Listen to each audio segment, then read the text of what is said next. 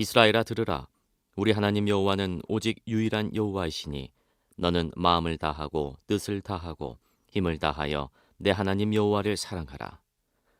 오늘 내가 내게 명하는 이 말씀을 너는 마음에 새기고 내 자녀에게 부지런히 가르치며 집에 앉았을 때에든지 길을 갈 때에든지 누워 있을 때에든지 일어날 때에든지 이 말씀을 강론할 것이며 너는 또 그것을 내 손목에 매어 기호로 삼으며 내 미간에 붙여 표로 삼고 또 내 집 문설주와 바깥문에 기록할지니라. 반갑습니다. 우리 목사님 소개해 주신 대로 인천 검단 마정교회에서 교육 목사로 신임하고 있는 오인영 목사입니다. 박수 한번 더 주셔도 됩니다. 그리고 제가 뒤에서 이제 우리 특성화를 봤는데 좀 많이 아쉬웠어요. 그 뒷모습을 제가 유심히 봤거든요. 우리 아이들 율동하는 거. 근데 뒷모습을 봐도 너무너무 귀엽고 너무너무 이쁘더라고요. 근데 앞에서 보면 얼마나 이쁠까 하는 그런 생각이 들었습니다. 이뻤나요? 예, 그런 좀 있습니다. 예, 모든 교회마다 그 첫인상이 있습니다. 근데 제가 이제 오늘 처음으로 이제 하나로 중앙교회 와서 이제 예배를 드리게 됐는데 저의 첫인상이 어땠을까요? 너무 좋았습니다. 너무 좋았습니다. 예, 첫 번째로 이렇게 딱 교회 정문을 들어서는데 우리 권사님들이 정말 무슨 가족, 딸내미, 아들내미 맞아주시는 것처럼 환하게 웃으시면서 저를 맞아주셔서 그때부터 일단 마음이 너무 안심이 됐어요. 또 들어와서 또 한 번 더 놀란 게 있습니다. 그것이 무엇이냐? 오늘 찬양인도 하신 분이 우리 교육부 부장님이신가요? 그러세요? 아까 인도하신 분 너무 열정적으로 그리고 또 찬양 인도하셔서 그리고 또 샬롬 찬양단 인원은 적지만 너무 열정적으로 아름답게 또 이렇게 찬양해 주셔서 정말 찬양이 살아있는 교회다라는 그런 생각을 한 번 더 놀라게 되었습니다. 그리고 마지막으로 오늘 또 설교 주제랑도 관련이 있는데 사실 이렇게 굉장히 큰 교회가 아니잖아요. 그런데도 불구하고 많은 학생들과 또 아이들이 또 함께 나와서 즐겁게 하나님 기쁨으로 찬양하는 모습 보면서 우리 하나로 중앙교회는 다음 세대가 살아있는 교회다. 이럴 때 아멘을 크게 해주셔야 됩니다. 예, 다시 하겠습니다. 다음 세대가 살아있는 교회다. 아멘. 예, 그런 생각이 강하게 들었습니다. 결론은 무엇이다? 하나님께서 참으로 사랑하시고 기뻐하시는 교회가 하나로 중앙교회다라는 그런 생각이 들었습니다. 자, 그래서 저도 좀 어색하고 또 여러분도 어색하니까 우리 한 번 더 인사하도록 하겠습니다. 이렇게 한번 인사해 볼까요? 옆에 분들 보면서 하나님이 사랑하십니다. 하나님이 기뻐하십니다. 예, 먼저 말씀 전하기 전에 축복하는 것은 우리 하나로 중앙교회가 하나님이 참으로 사랑하시는 교회, 하나님께서 참으로 기뻐하시는 참 복된 교회 되기를 주님으로 간절히 축복합니다. 아멘. 자, 그럼 이제 말씀 전해야겠죠. 이제 서론만 얘기하면 안 되겠죠. 자, 우리 말씀 제목 한번 따라해 볼까요? 너희 자녀를 부지런히 가르치라. 이 말씀 제목을 가지고 오늘 하나님 말씀 함께 나누도록 하겠습니다. 한 3주 전인가요? 우리 이주환 목사님께서 전화를 주셨어요. 그래서 오늘 특별히 이제 여름 행사 보고 예배로 드린다 해서 이제 다음 세대에 대해서 그리고 또 자세히 또 믿음의 그런 계승에 대해서 좀 말씀을 전해달라 그렇게 말씀을 전해주셨어요.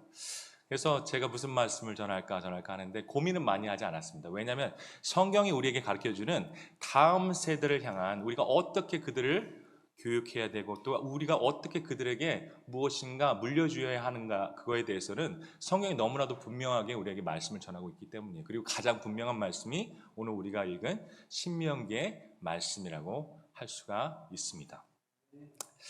한 10수년 전인가요? 굉장히 교계에서 좀 이렇게 화제가 됐던 그런 책이 있어요. 아마 읽으신 분들도 계실 터인데 그 책 제목이 우리 한국 교회의 미래 2030이라는 그런 책이었습니다. 근데 이제 이름은 거창하죠. 근데 내용은요, 밝을까요, 어두울까요? 굉장히 어둡습니다. 근데 이제 많은 이제 비관적인 그런 어떤 부정적인 그런 어떤 전망들을 내놓는데 그 중에 제일 큰 문제가 무엇이었냐면 여러분도 지금 잘 아실 거예요. 지금 아이들을 많이 낳지 않잖아요. 그래서 출산율이 떨어져서 인구가 급격하게 감소할 것이다. 그래서 앞으로 이제 10수년 후에는 지금이죠. 지금은 이제 교회의 주일학교가 어떻게 해요? 점점 사라질 것이다. 그리고 그렇게 천천히 교회가 쇠락해가는 그 교회의 쇠락기를 우리 한국교회는 겪게 될 것이다. 근데 어떻게 보면 지금 우리가 겪는 그런 현실과 굉장히 비슷하잖아요. 그래서 참 그 전망이 맞는 예상이다. 그렇게 우리가 생각할 수가 있습니다. 그런데요, 반은 맞고 반은 틀립니다. 왜 제가 그렇게 말씀을 드리냐면, 저희 교회 이제 교사 세미나 할 때 이제 목사님 오셔서 이제 말씀을 전해 주셨어요. 근데 그 목사님도 이 책을 읽으신 것 같아요. 그래서 먼저 얘기를 하시는 거예요. 아마 우리가 알고 있기로는 이제 앞으로 우리 교회 주일학교 전망이 밝지 않다, 어둡다. 왜냐하면 아이들 많이 낳지도 않고 인구도 적고, 그래서 결국에 점점 영아 유치부터 인원수가 줄어들 것이다, 작아질 것이다, 그런 이야기들을 많이 한다. 그런데 그 목사님이 단호하게 말씀하시는 거예요. 나는 동의하지 않는다는 거예요. 동의하지 않는다는. 근데 이제 아멘 하시는 것도 좋지만 왜 동의를 하지 않는가? 근거를 대시는 거예요. 어떤 근거를 대셨냐? 여러분 혹시 아십니까? 지금 우리 아이들이 다니는 초, 중고 학교들, 그 학교들의 복음화율이 몇 퍼센트나 되는지 아십니까? 여러분 5%도 되지 않습니다. 그리고 그 말씀, 그 사실을 통해서 우리가 알 수 있는 것은 무엇입니까? 교회 학교에 전도할 사람이 없다고요? 말이 안 되는 소리입니다. 교회가 전도를 제대로 하지 않아서 지금 우리 교회에, 우리 주일학교에 인원수가, 어린 아이들이, 학생들이 줄어드는 것입니다. 그리고 그 목사님이 또 하나 중요한 말씀을 하시는 것이, 정말 중요한 것은요, 뭐 출산율이 낮아지고요, 환경이 나쁘고요, 어떻고 저렇고요, 이런 것들이 정말 진짜 문제가 되는 것이 아니라는 거예요. 정말 문제는요, 여러분, 우리 윗세대는요 더 많은 성도들이 있었어요. 그리고 또 계속 그 믿음의 세대가 물려와서 지금 우리 세대까지 오는데요, 벌어지는 일이 있습니다. 큰 문제가 있습니다. 그것은요, 우리 할아버지 세대가요, 아버지에게 물려주는 믿음의 유산이 우리 아버지로부터 또 아들로, 손자들까지 계속 흘러서 물려가야 되는데, 그 흐름이 끊겼다는 거예요. 그래서 아마 지금 권사님들쯤 될 때까지는 아마 믿음의 유산이 잘 물려왔을 거예요. 근데 저희 때, 그리고 저희 때를 지나서 이제 MZ세대라고 하는 요즘에 청년들, 학생들 이르면 그 믿음의 유산들이 끊겨서 아버지, 어머니 열심히 교회 다니는데 자녀들은 교회 안 다니는 그런 가정들이 굉장히 많은 것입니다. 그래서 우리가 먼저 다음 세대에 대한 그런 어떤 전망, 사역, 그런 어떤 계획들을 논할 때 우리가 먼저 알아야 되는 것은 무엇이냐, 먼저 깨닫고 우리 마음에 새게 되는 것은 무엇이냐면, 여러분 한번 따라해 보시기 바랍니다. 환경이 문제가 아니다. 아닙니다. 환경은, 여러분 지금만 어렵습니까? 지금만 코로나 있어서 어려웠습니까? 여러분 2000년 교회사예요. 지금처럼 어려울 때 수많이 많았습니다. 그리고 사실상 지금보다 더 어려운 때가 얼마나 많았어요. 그리고 우리가 성경을 보면 알 수 있잖아요. 1세기 그리스도인들, 지금은 우리는 예배를 갈까 말까 고민하지만 그때는 생명을 걸고 예배했어야 됩니다. 그리고 예배하다가 순교하는 사람들도 있고 핍박과 박해가 있고, 지금보다 어려운 때는 수없이 많았다는 거예요. 그럼 문제는 무엇이냐면, 여러분 환경이 아니라 그 환경에 우리가 어떻게 반응하여야 하는가. 먼저 결론부터 말씀드리면 어떻게 반응해야 됩니까? 믿음으로 반응해야 됩니다. 그리고 구체적인 믿음은 무엇입니까?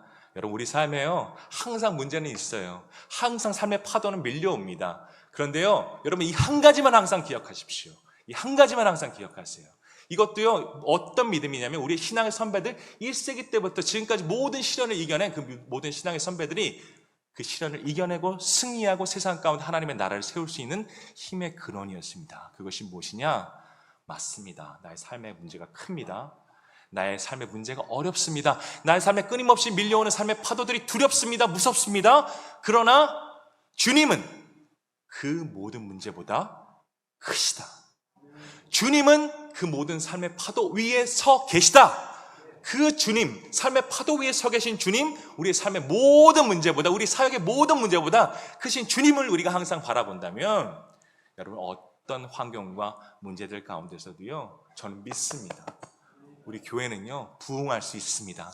우리 주일학교는요 더 수가 많아질 수 있습니다. 하나님께 더 영광 돌리는 우리 하나로 중앙교회가 될 수 있을 줄 여러분 믿으시길 간절히 소망합니다. 그래서 오늘은요 특별히 우리가 우리의 믿음을요, 우리 아버지, 어머니의 믿음, 할머니들의 믿음을 우리 사랑하는 아이들에게, 학생들에게 이제 그대로 물려줘야 되는데, 무엇이 중요하고 무엇을 물려줘야 되고 또 어떻게 물려줘야 되는지 실제적인 이야기들에 대해서 오늘 말씀을 한번 나눠보도록 하겠습니다. 자, 오늘 말씀을 통해서 우리가 알 수 있는 첫 번째 중요한 지혜가 있어요. 그것이 무엇이냐? 우리 7절 말씀인데 혹시 파워포인트 나오나요? 아니면 성경을 같이 보고 읽겠습니다. 7절 말씀 같이 한번 읽어보도록 하겠습니다. 시작. 내 자녀에게 부지런히 가르치며 집에 앉았을 때든지 길을 갈 때든지 누워있을 때든지 일어날 때든지 이 말씀을 강론할 것입니다. 여러분, 이 말씀 가운데요, 정말 중요한, 우리가 꼭 우리 다음 세대를 교육하고 또 앞으로 여호수아 같은 그런 힘 있는 세대로 만들기 위해서 기억해야 되는 중요한 진리가 있어요. 여러분, 제일 첫 번째 말씀이 중요한데요, 내 자녀에게 부지런히 가르치며. 그런데 제가 중요한 질문 하나 하겠습니다. 하나님께서 지금 이러한 말씀, 명령을 내리고 계신데요, 그 명령의 그 수신자가 누구입니까? 지금 누구에게 하나님께서 말씀하시는 것 같아요? 누구에게 말씀하시는? 이스라엘 백성은 맞는데 이스라엘 백성들 가운데 누구에게 말씀하시는 것 같습니까? 제사장들입니까? 아니죠. 레위인들입니까? 아니죠. 랍비들입니까? 아니죠. 율법교사들입니까? 아닙니다. 그러면 지금 내 자녀에게 하나님의 말씀을 부지런히 가르치라, 곧 신앙의 유산을 물려주라라는 그런 명령을 내린 그 사람은 여러분 다른 사람이 아니라 그 이스라엘 백성들 가운데 하나님께서 천하보다도 귀히 여기시는 그 사랑하는 영혼, 그 자녀를 주신, 선물로 주신 누구요? 부모들에게, 어머니와 아버지들에게 지금 하나님께서는 내 자녀를 부지런히 가르치라 라고 말씀하고 있는 것입니다. 그리고 여기서부터 우리가 약간의 시각의 전환이 필요해요. 패러다임의 전환이 필요해요. 아마도 옛날 같으면요, 교회 보내는 학부모님들은 교회 주일학교 내가 보내면, 우리 아이 주일학교에 주일날 가가지고 예배 드리면 나의 의무를 다했다, 내가 부모로서의 의무를 다했다 생각하시는 분들 계실 수도 있어요. 그러나 전혀 그렇지 않다는 것입니다. 왜냐하면 믿음의 계승은요, 어디서 이루어지는 것입니까? 물론 교회에서도 이루어지죠. 그러나 교회 목사님과 전도사님과 교사들은요, 도우미입니다. 돕는 사람들 뿐이에요. 그럼 그 주인공, 오늘 하나님께서 정말 귀히 여기신 영혼들을 맡기신 그 귀한 사명을 직접 주신 그 사명의 주체자들은 누구입니까? 그것은요, 교회 목사님도 아니고요, 전도사님도 아니고요, 부장님도 아니고요, 바로 부모님들. 오늘 하나님께서 그 가정마다 거룩한 제사장으로 세우신 어머니, 아버지들인 줄을 여러분 믿으시길 간절히 소망합니다. 그럼 여기 있는 어머니, 아버지도 긴장하셔야 돼요. 지금까지 좀 마음 편하게 그냥 교회에 다 집 넘겨놓고 편하게 여기셨는데, 이제는요 그러시면 안 돼요. 거룩한 사명감을 가지셔야 됩니다. 나의 아이의 믿음은 누가 챙긴다? 내가 챙긴다. 건강만 챙기지 마세요. 성적만 챙기지 마세요. 여러분의 삶의 가장 중요한 목표가요, 얘 진짜 공부 잘 시켜서 좋은 학원 보내서 좋은 대학 가고 성공하고 그런 것들이 되는 것이 아니라, 오늘 나에게 주신 은혜들, 하나님께서 나를 만나주시고 나로 경험하게 하신 참 좋으신 그 하나님, 그 신앙의 유산과 그 모든 좋으신 말씀들을 내가 내 삶 가운데 하늘나라 가기 전에 나의 사랑하는 아들과 딸들에게 다 물려주리라, 다 전해주리라. 여러분 간절히 원하고 바라는 것은 그것이요, 오늘 1세대인 우리 부모들의 우리 삶의 간절한 목표가 되기를 주님을 간절히 축복합니다. 아멘. 자, 그러면요, 이제 왜 우리가 다음 세대에 이렇게 열심히 가르쳐야 되는지 그 이유에 대해서 나눴어요. 그럼 이제 어떻게 가르쳐야 되는가, 거기에 대해서 좀 우리가 생각해 볼 필요가 있습니다. 여러분, 어떻게 가르쳐야 될까? 우리 한번 말씀 한번 다시 한번 읽어보도록 하겠습니다. 7절 말씀입니다. 시작. 내 자녀에게 부지런히 가르치며 집에 앉았을 때든지 길을 갈 때든지 누워있을 때든지 일어날 때든지 이 말씀을 강론할 것이며. 여러분, 반복되는 말씀이 많죠? 집에 있을 때든지 누워있을 때든지 길을 갈 때든지, 그리고 또 손목에도 묻고 머리에도 묻고, 그렇게 그 자녀에게 가르치라 이야기하고 있어요. 그리고 이 말 즉슨 어떻게 가르치라? 여러분의 자녀에게 하나님의 말씀을 가르치는 거예요. 그것은요, 내가 시간 있으면 하고 시간 없으면 안 하고 그러는 것입니까? 아니요. 내가 좀 기분 좋으면 하고 기분 나쁘면 안 하고 그런 것입니까? 아니요. 지금 이 신명기의 말씀은 뭐라 우리에게 이야기하고 있냐면, 내 자녀를 부지런히 가르쳐야 되는데 어떻게 가르치라? 여러분 따라해 보시기 바랍니다. 항상. 예, 항상. 그리고 신약 버전으로 말하면, 바울의 목소리로 말하면, 때를 얻든지 못 얻든지 너희는 항상 무엇을 선포하라? 복음을 선포하라. 이것이 오늘 우리가 부모로서 우리 자녀들에게 해야 되는 중요한 일인 것입니다. 그런데 좀 구체적으로 그래도 알고 싶어요. 우리 가정에서 우리 자녀들에게 내가 해줄 수 있는 일이 무엇이 있을까요? 너무 막막합니다. 그래서 제가 한 좋은 사례를 좀 들고 왔어요. 저희 청년 중에 영훈이라는 친구가 있어요. 뭐 이름을 말해도 여기 다 모르실 거니까 실명을 말하겠습니다. 근데 저희 청년들 이제 예배 끝나고 말씀 가지고 소그룹을 해요. 근데 그때 이제 그 소그룹의 주제가 당신의 삶 가운데 당신의 신앙과 믿음에 있어서 가장 큰 영향을 미친 사람이 누구입니까? 라는 그런 질문이었어요. 근데 영훈이가 정말 하나도 주저없이 아버지요. 이렇게 얘기하는 거예요. 근데 굉장히 놀랐죠. 사실 목사님이라 그렇게 얘기하기를 바랬지만 그렇게 대답을 안 하고 아버지요 그렇게 얘기했어요. 근데 그 이유를 물어보니까 이유가 있더라고요. 그게 무엇이냐? 아버지가요 영훈이가 학생 때부터 고집스럽게 해온 것이 있어요. 그것이 무엇이냐? 가정 예배입니다. 근데 영훈이가 말하는 게 목사님 처음에 진짜 싫었어요. 너무나 공부하기도 피곤한데 그냥 매일매일 저녁마다 밥 먹고 모여가지고 뭐 하는지도 모르겠고 정말 억지로 진짜 아버지가 그건 양보를 안 하셔서 억지로 끌려 예배를 했다는 거예요. 처음에는. 그런데 들이다 보니까 그 시간이 자기의 삶에 가장 귀중한 시간이 됐대요. 왜 그러냐? 첫 번째는요. 그 예배 시간에 하는 일이 있어요. 그게 뭐냐면 아버지가 말씀을 뭐 설교하고 그러진 않으세요. 왜냐면 정식 설교자가 아니시니까 좀 어색하실 거잖아요. 그래서 그냥 아들이랑 같이 말씀을 읽는답니다. 근데 말씀을 읽다가요, 여러분도 성경 읽다 궁금한 점이 생각나잖아요. 어려운 부분들이 있잖아요. 그러면은 그래도 신앙의 선배니까 아버지한테 이 말씀 잘 모르겠어, 이해가 안 돼. 그러면 아버지가 아는 대로 이해되는 대로 그렇게 정석을 설명해 주고 또 그 시간을 통하여서 정말 성경에 대해서 많이 알게 되었다. 그런 얘기를 했고 또 이 영훈이가 좋아하는 시간이 있었어요. 그것이 무엇이냐? 성경 말씀만 같이 나누는 시간이 아니었다는 거예요.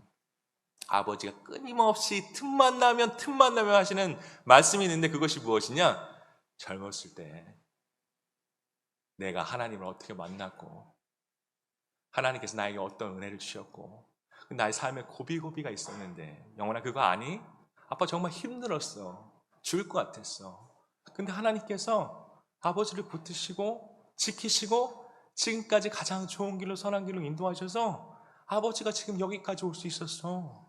그런 삶의 간증, 고백들을 시간 날 때마다 밥 먹을 때마다 예배 때마다 그렇게 영훈이한테 해주는데 그런 것들이 그러니까 목사님 설교도 물론 중요하죠. 근데 목사님 설교보다 더 큰 마음으로 더 큰 영향력으로 영훈이한테 다가왔다는 거예요. 그리고 또 좋아하는 시간이 하나 더 있어요. 이거 정말 중요합니다. 무엇이냐면 예배가 끝날 때쯤에 아버지가 항상 하시는 일은 영훈이의 등에 손을 얹고 그 아들을 위해서 정말 절심을 다해서 사랑을 다해서 그리고 그냥 기도 안 하셔요. 꼭 하나님의 말씀을 하나씩 넣어서 그 말씀으로 그 아들을 축복하는 그 시간.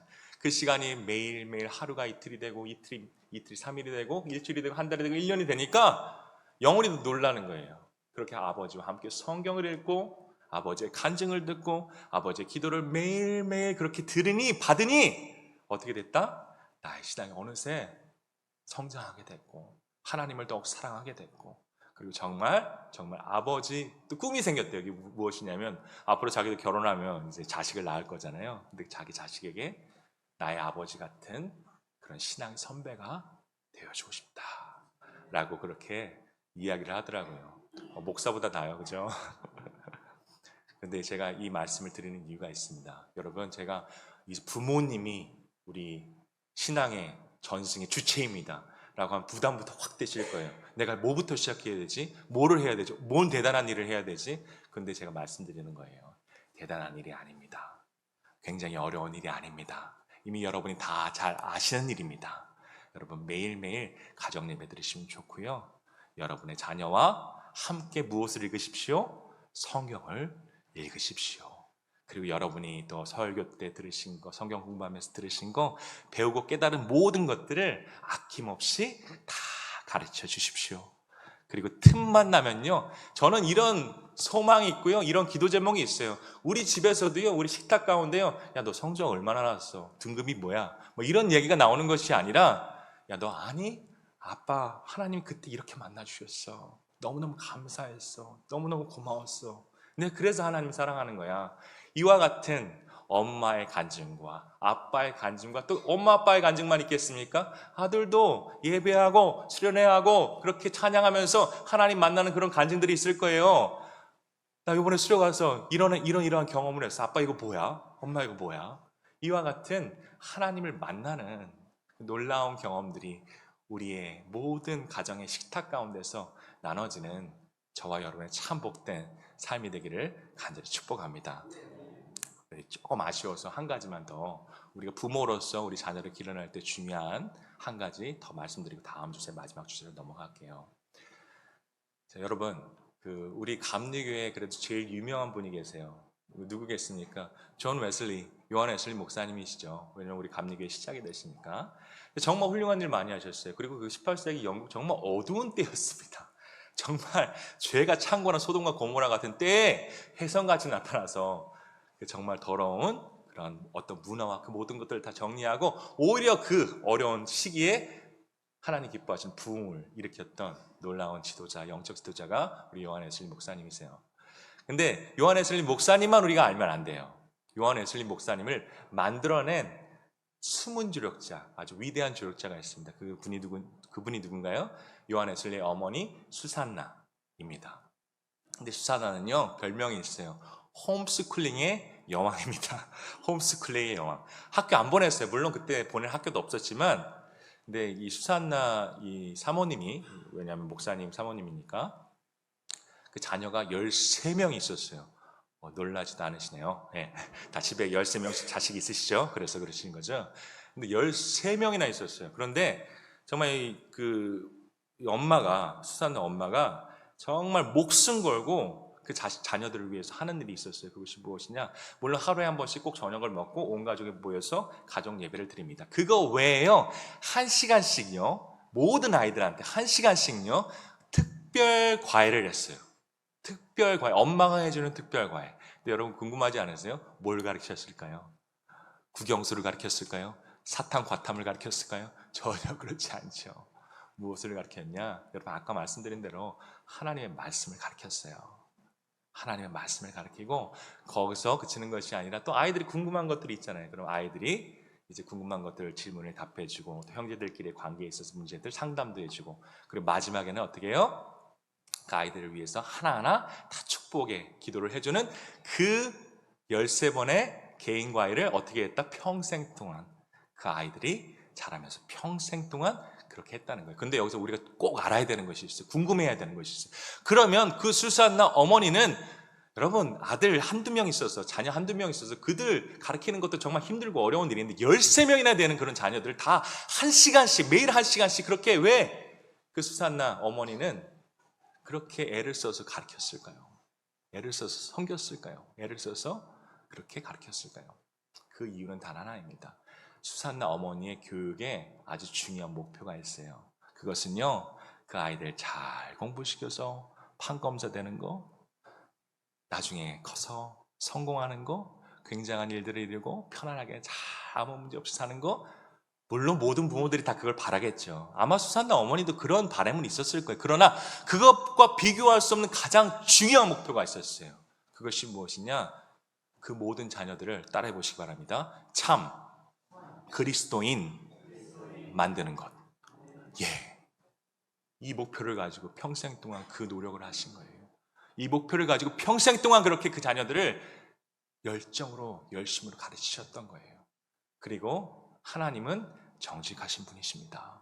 그렇게 애정을 가지고 사랑을 가지고 자녀들에게 말씀을 가르치는 그 수산나 어머니의 자녀들 중에서, 물론 웨슬리 목사님도 훌륭하시죠. 그러나 여러분, 이 찬송가에 많은 찬송가 누가 썼는지 아세요?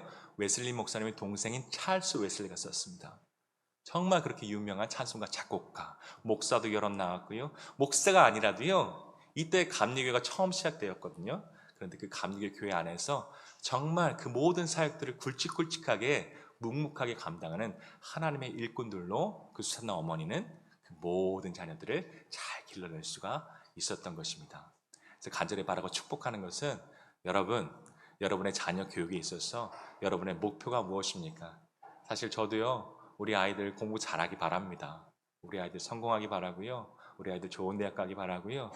정말 좋은 일만 꽃길만 걷길 바래요. 그러나 저도 그 웨슬리 목사님 그리고 수산나 그 어머니의 그 이야기를 저도 배우면서 저도 저의 꿈을 바꿨어요. 하나님, 우리 아이 공부 좀 못해도 됩니다. 근데 잘할 줄 믿습니다. 우리 아이 좀 뒤떨어져도 됩니다.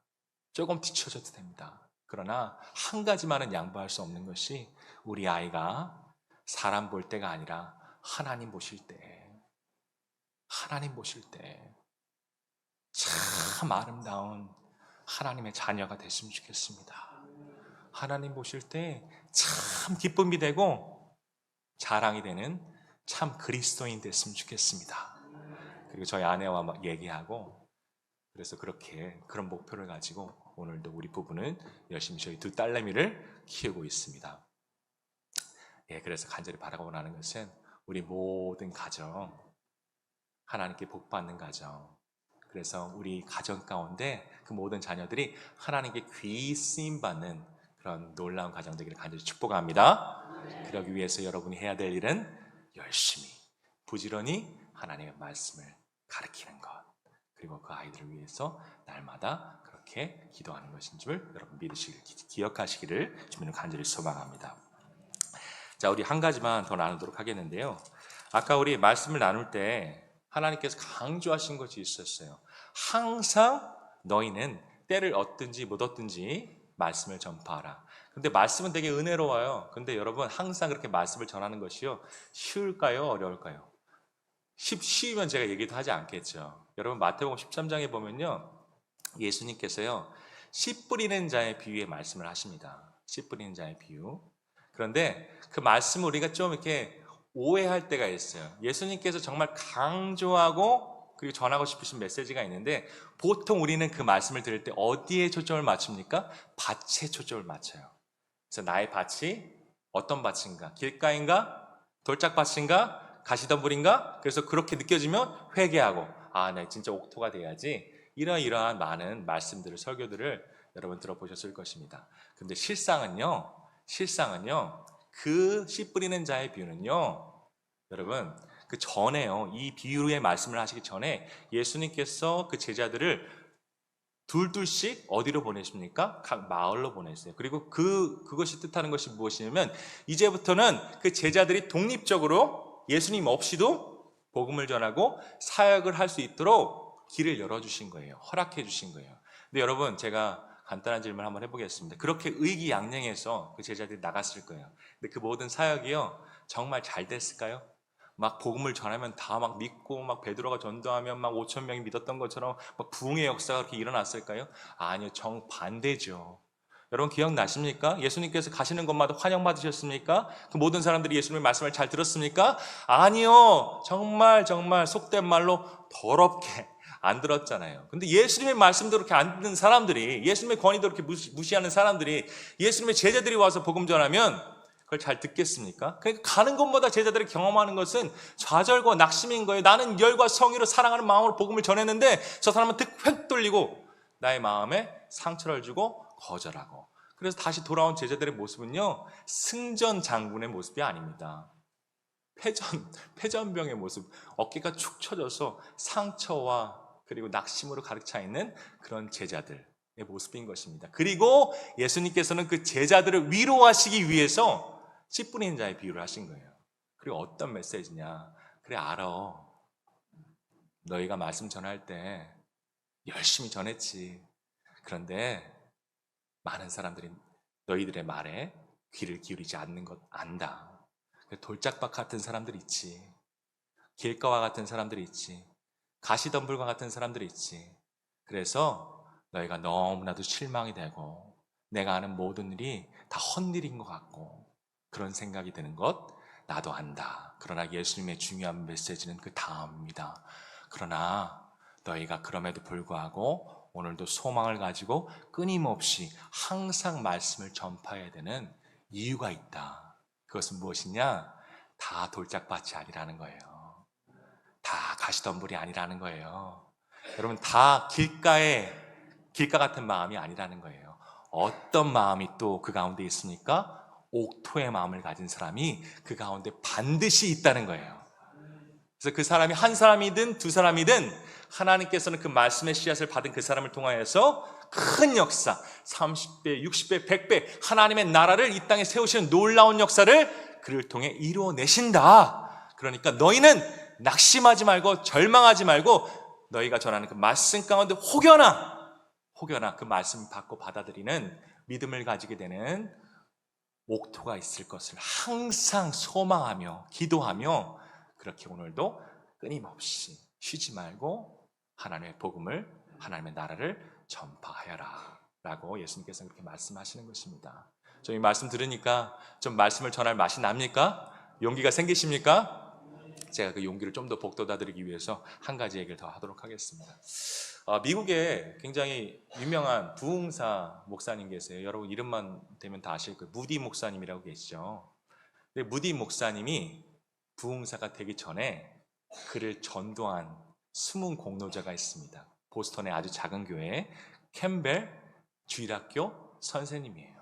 그런데 무디는 원래 교회를 안 다니던 그런 소년이었어요. 그래서 너무너무 가난해서 구두방에서 그렇게 구두를 고치고 또 만들면서 그렇게 근근히 생활하고 있는 그런 어린아이였습니다. 그런데 캠벨 선생님이 그 동네 두루두루 다니면서 전도를 하시는 거예요. 하나님 말씀을 전하시는 거예요. 그리고 그 레이더에 누가 포착됐습니까? 무디가 포착돼서 처음에는 잘 안 받아들였겠죠. 처음에는 좀 맹맹했겠죠. 처음에는 좀 반응이 시원찮았겠죠. 그러나 그 선생님 포기하지 않으시고 계속해서 그 구두방에 찾아가셔서 무디야 우리 같이 예배하자. 무디야 하나님은 너를 사랑하셔. 무디야 하나님의 말씀을 같이 들어보자. 계속해서 권유하면서 결국에는 어떻게 해요? 그 어린 무디가 그 선생님의 사랑과 권유에 마음을 열고 교회에 왔고 믿음을 가지게 됐고 그리고 아마 그 캠벨 선생님은 전혀 몰랐을 것입니다. 자기가 전도한 그 작은 꼬맹이가 그 구두방 꼬맹이가 나중에 미국을 뒤흔들고 정말 그 미국에 다시 한번 부흥의 불교를 일으키는 그 유명한 그 위대한 하나님의 사자 무디 목사님이 될 줄은 꿈에도 생각하지 못했을 것입니다. 여러분 우리 학부모님들도 그렇고요. 여기 교사 선생님들도 계시죠? 여러분 소망을 갖고 가르치세요. 여러분 마음 다 압니다. 특별히 우리 학생부 교사 선생님들이 계세요. 손 들어보세요. 학생부 교사 선생님들. 근데 여기 학생들은 제가 좀 얼굴을 보니까 다 너무 착하게 생겼어. 그래서 학생들 같지가 않아. 근데 이제 보통 이제 학생들 집회를 가잖아요. 그러면요. 정말 저는 제일 무서운 게 우리 어른들 앞에서 설교하는 거 하나도 안 떨려요. 솔직히 말하면. 근데 이제 학생들, 특별히 중학생들, 남자애들 모여있는 데서요. 설교하잖아요. 너무 긴장됩니다. 가슴이 콩닥콩닥 되고요. 듣지를 않아요. 이상 듣지를 않고 그리고 반응들이 없어요. 그리고 진짜 뭐 싸우자는 건지 막 째려보기도 하고 그래서 정말 설교단에 서면 너무너무 힘듭니다.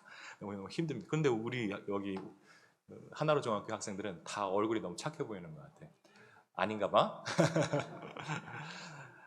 그래요. 그래서 우리가 말씀을 전하면 우리가 말씀을 전할 때 그 말씀을 받아들일 때보다요 선생님들 튕겨나갈 때가 더 많아요.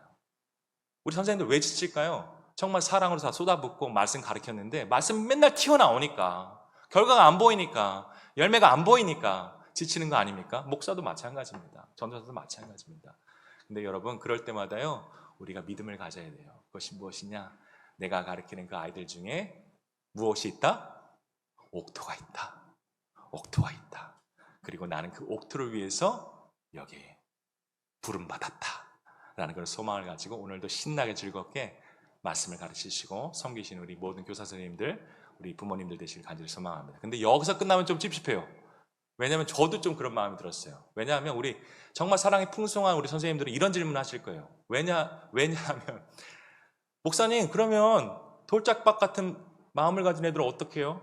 길가 같은 마음 가진 애들은 어떻게 해요? 가시밭 같은 마음 가진 애들은 어떻게 그냥 포기해야 됩니까? 전혀 그렇지 않죠. 여러분 우리 말씀 한번 찾아서 읽어볼까요? 예, 하나님께서 우리에게 주신 아주 귀한 복음이 있습니다. 에스겔서 자 36장 26절입니다. 오늘 하나님께서 성령을 우리에게 보내주셔서 우리 가운데 하시는 정말 중요한 일이에요. 그것이 무엇인가? 우리 한번 말씀을 읽어보도록 하겠습니다. 26절입니다. 에스겔서 36장 26절. 자, 우리 어르신들이 있으니까 조금 더 기다려 드릴게요. 예. 자, 우리 같이 천천히 읽도록 하겠습니다. 시작. 또 새 영을 너희 속에 두고 새 마음을 너희에게 주되 너희 육신에서 굳은 마음을 제거하고 부드러운 마음을 줄 것이라. 쉬운 질문입니다. 26절에 하나님이 주시는 새 영은 무엇입니까? 오늘 우리에게 부어주시는 성령을 말하는 거예요. 그 성령이 우리 가운데 하시는 일이 있어요. 그것은 무엇이냐? 우리의 굳은 마음을 어떻게 하신다고요?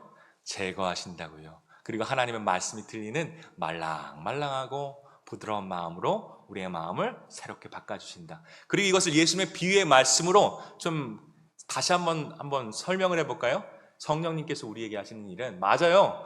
우리들 가운데서도요, 때로는 돌짝밭이 될 수도 있어요. 가시덤불이 될 수도 있어요.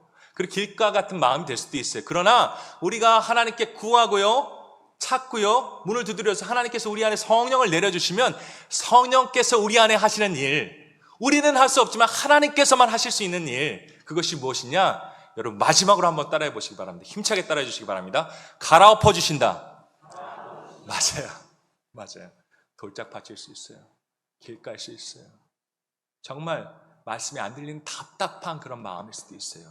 그러나 우리 사람의 마음으로 할 수 없지만 오늘도 우리가 겸손한 마음으로 주님 성령을 우리 아들에게, 우리 자녀에게, 우리 학생에게, 우리 교회에 부어주시옵소서. 그리고 돌짝 같은 나의 마음을, 가시밭 같은 우리 학생들의 마음을, 길가 같은 우리 형제 자매들의 마음을 하나님 주님의 성령으로 갈아엎어 주시옵소서. 그래서 하나님의 말씀이 들려지고 심겨지고 30배, 60배, 100배 열매를 맺는 옥토가 되게 하여 주시옵소서. 오늘도 끊임없이 이렇게 하나님께 기도하는 우리 모든 하나로 중앙교회 성도님 되시길 간절히 축복합니다. 그리고 성경이 주는 가장 좋은 소식 무엇입니까?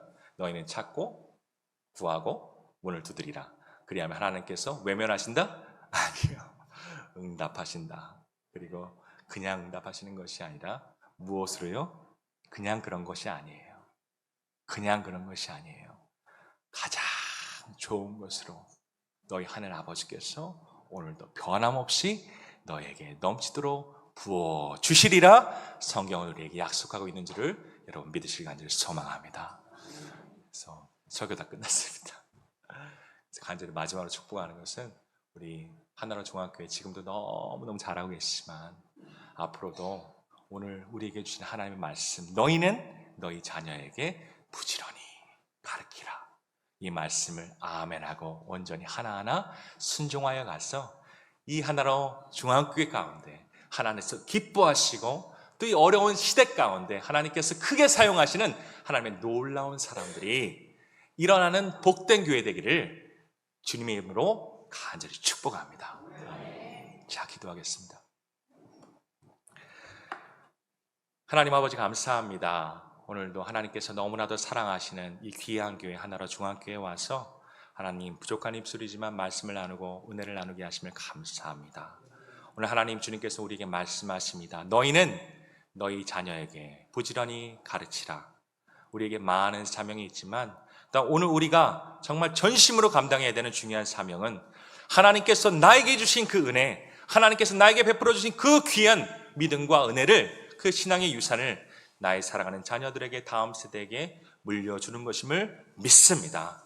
오늘도 하나님 아버지 끊임없이 주님 말씀하신 대로 하나님 때를 얻든지 못 얻든지 하나님의 말씀을 전파하게 하시고 나를 만나주신 하나님의 귀한 그 사랑하심과 은혜를 간증하게 하시고 날마다 우리 자녀들을 위해서 기도하게 하시고 그리고 또한 하나님 오늘도 우리의 돌짝밭 같은 길가 같은 그리고 가시밭길 같은 그리고 우리의 마음을 갈아엎어 주셔서 오늘도 주님의 말씀이 들려지게 하시는 성령을 부어주셔서 오늘도 하나님 사랑하시는 귀한 교회 가운데 이 어두운 세상 가운데 시대 가운데 하나님께서 귀 쓰시는 아름다운 하나님의 사람들이 일어나는 귀한 하나로 중앙교회 될 수 있도록 주님 인도하여 주시옵소서. 이 모든 말씀 예수 그리스도의 이름으로 간절히 축복하며 기도드리옵나이다. 아멘.